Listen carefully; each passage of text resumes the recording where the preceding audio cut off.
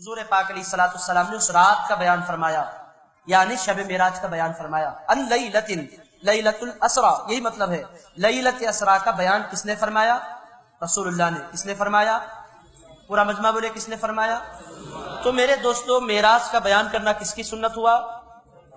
کس کی سنت ہوا؟ سرکار کی سنت ہے نا میرے دوستو۔ جب سرکار بیان فرماتے ہیں تو پھر اس بیان کو لے کر بیٹھنا یہ سرکار کی سنت ہے۔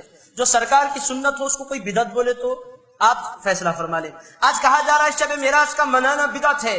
ہم کہتے ہیں اگر منانا بدعت ہے تو پھر رسول اللہ نے کیوں بیان فرمایا ہے؟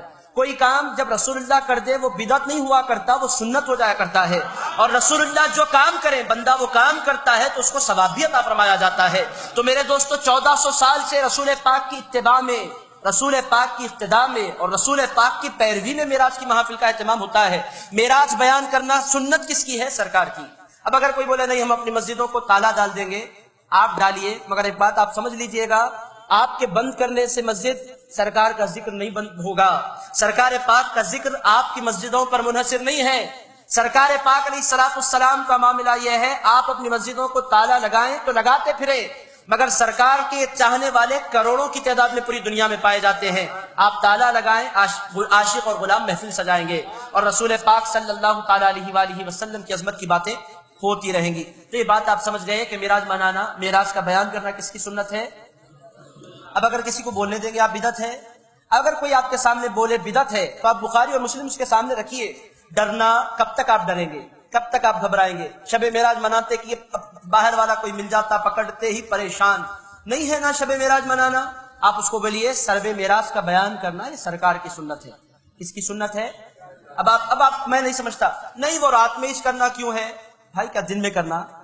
شب معراج کا واقعہ رات میں ہوا تھا، رات میں کر رہے ہیں۔ شب معراج رات ہے نا، لیلۃ الاسرا رات کا بیان ہے، رات میں کر رہے ہیں۔ دن کا بیان ہے تو دن میں کریں گے۔ نہیں میں مسجد کھول کے کیوں کیا، روڈ پر بیٹھ کے کر رہا، یہ کیسی بات ہے آپ کی؟ میری سمجھ میں نہیں آ رہا ہے۔ سرکار کی حدیث کی بات کرنے کے لیے مسجد تو کھولنا پڑے گا۔ میرے دوستوں، ہم آج مسجد کھول کے حدیث بیان کر رہے ہیں، مسجد کو کھلا رکھ کے۔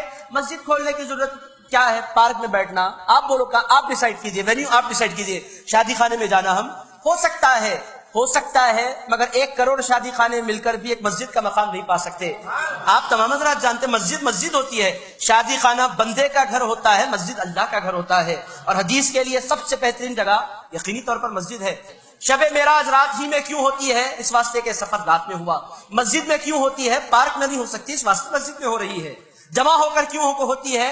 سرکار نے یہ جو بیان فرمایا ہے، ایسا نہیں بولا اے ابو بکر یہ کان میں بولنے کی بات ہے، میں تمہارے کان میں بولتا ہوں، عمر آ جاؤ تنہا تنہا بولنے، ایسا تو سرکار نے نہیں فرمایا۔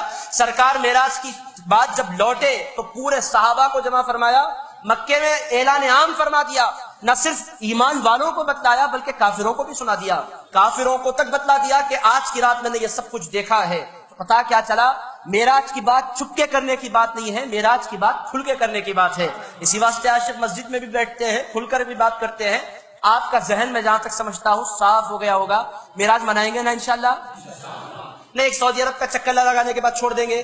میں ایسے کئی لوگوں کو دیکھ رہا ہوں سعودی عرب جانے سے پہلے معراج مناتے تھے، آنے کے بعد چھوڑ دیے۔ کیوں؟ وہاں نہیں ہوتی نا، وہاں ہوتی ہے یا نہیں ہوتی ہے یہ مت دیکھیے، بخاری میں ہوتی ہے یا نہیں ہوتی ہے یہ دیکھا کیجئے، قرآن میں پائی جاتی ہے یا نہیں پائی جاتی یہ دیکھا کیجئے۔ حاضرین کرام، حکومتیں تبدیل ہوتی ہیں، علاقے تبدیل ہوتے ہیں، معاملات تبدیل ہوتے ہیں، اللہ کا کلام تبدیل نہیں ہوتا، رسول اللہ کے ارشادات تبدیل نہیں ہوتے۔ جو نہیں تبدیل ہونے والے ہیں ان کی طرف توجہ کی ہمیں ضرورت ہے۔